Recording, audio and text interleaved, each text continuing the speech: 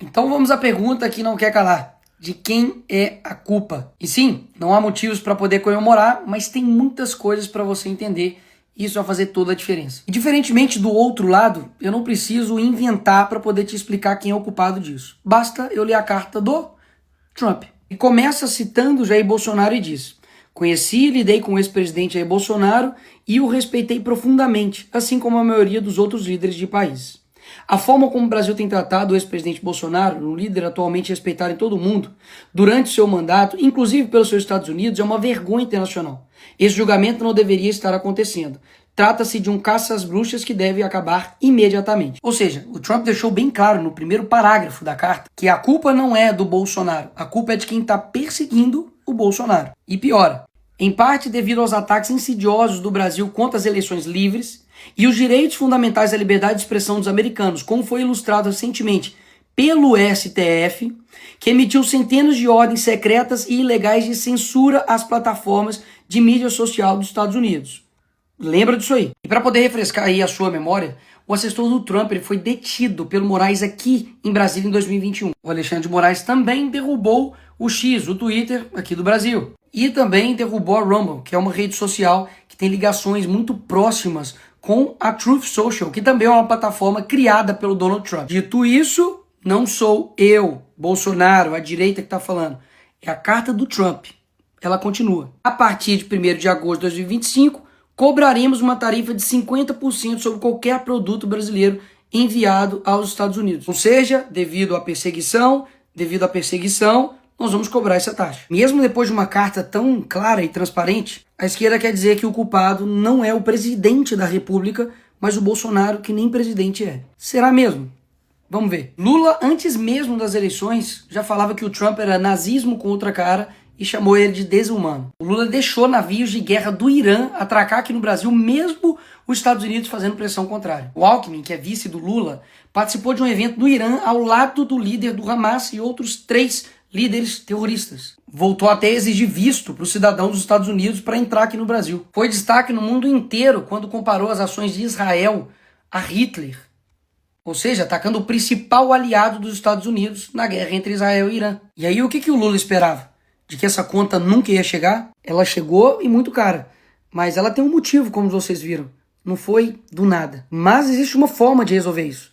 No fim da carta do Trump ele fala: essas tarifas podem ser modificadas para cima ou para baixo, dependendo da nossa relação com o seu país. A solução está na mão do governo. Basta ter um mínimo de relação diplomática com uma nação importante, que é o caso dos Estados Unidos, parar de perseguir seus opositores aqui no Brasil, dar uma maquetada no STF para ele ficar no canto dele, que as coisas vão ser resolvidas. Caso contrário, Lula, você vai ferrar todo mundo. Ou vocês acham que isso daqui é fazer diplomacia? Eu não tenho medo de você, inclusive. Boa! Fuck you, Elon Musk. Vou usar o termo vira-latas depois de jornalistas perguntar sobre Lula e Trump. Trump disse que vai anunciar a tarifa contra o Brasil. Ah, e é bom lembrar que até esse momento aqui, a tarifa estava em 10%.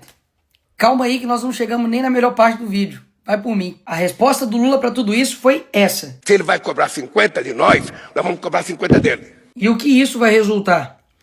Se por algum motivo o senhor decidir aumentar suas tarifas, então qualquer que seja o número que escolher aumentá-las, será acrescentado aos 50% que cobraremos. Se o Lula vai cobrar 50, eles também vão colocar mais 50 nessa conta. Enquanto isso, uma nação que decidiu ter diplomacia com os Estados Unidos, que é a Argentina, aprovou um acordo que garante tarifa zero para 80% das exportações argentinas. Como deve ser bom ter um presidente, né? Sabem por que eles estão dizendo que o Brasil não pode recuar a esse tipo de medida de fora? Porque nós defendemos a soberania nacional. E é aqui que o vídeo fica interessante. A esquerda, que está dizendo aí que defende a soberania nacional, tem uma organização que chama Folha de São Paulo, desde 1990, que interfere ativamente nas eleições e no processo democrático de todos os países da América Latina. E quem está dizendo isso não sou eu, é o Lula. Parte da chegada da esquerda ao poder da América Latina pela existência dessa cosita chamada Fórum de São Paulo. E aqui, com o José Dirceu, amigo do Lula e mentor do PT, deixou as coisas ainda mais claras. Nós já lutávamos por isso e já trabalhávamos por isso, inclusive porque nós criamos o Fórum de São Paulo, que lutava para isso, Depois criamos ainda um grupo de Marbella, que é o nome da cidade, do hotel onde nós fomos no Chile, que se reuniu. Todos depois foram eleitos presidente da República. Todos foram. Todos. Então quer dizer que os Estados Unidos não pode aplicar uma sanção em defesa da liberdade, mas eles podem interferir em todos os outros países da América Latina para poder implementar, literalmente, ditaduras. E pausa. Quem é pior? Um país que taxa o outro país para poder defender a liberdade de outro país? Ou um país que taxa o seu próprio povo para poder bancar um governo? E aí? Quem é pior? Lula pede ajuda à China para regular redes no Brasil. Ora, isso aqui não ataca a nossa soberania nacional? Quando o PT lá em 2016 pediu proteção internacional diante do impeachment da Dilma, não era ataque à soberania nacional, né? Tenho certeza, não era interferência, era só uma ajuda, né? Quando a Gleisi, deputada do PT, pediu numa TV árabe ajuda a todo mundo árabe pela liberdade do Lula, aí não era interferência. Além dessa balela que eles dizem defender a soberania nacional, eles também não respeitam a soberania nacional dos outros países, pelo visto também não. Foi lá na Argentina visitar uma condenada por corrupção e fazer lá cartazinho para ela ser livre, em outro país. Eu já ia me esquecendo, esse aqui é bom demais. Aqui está o Felipe Neto pedindo ajuda internacional para o John Biden, para Kamala Harris, para poder conter o Bolsonaro aqui quando ele era presidente. Como eu disse, qual que era a desculpa deles? De que nós não precisamos de intervenção, mas precisamos de ajuda. Quando somos nós, é intervenção.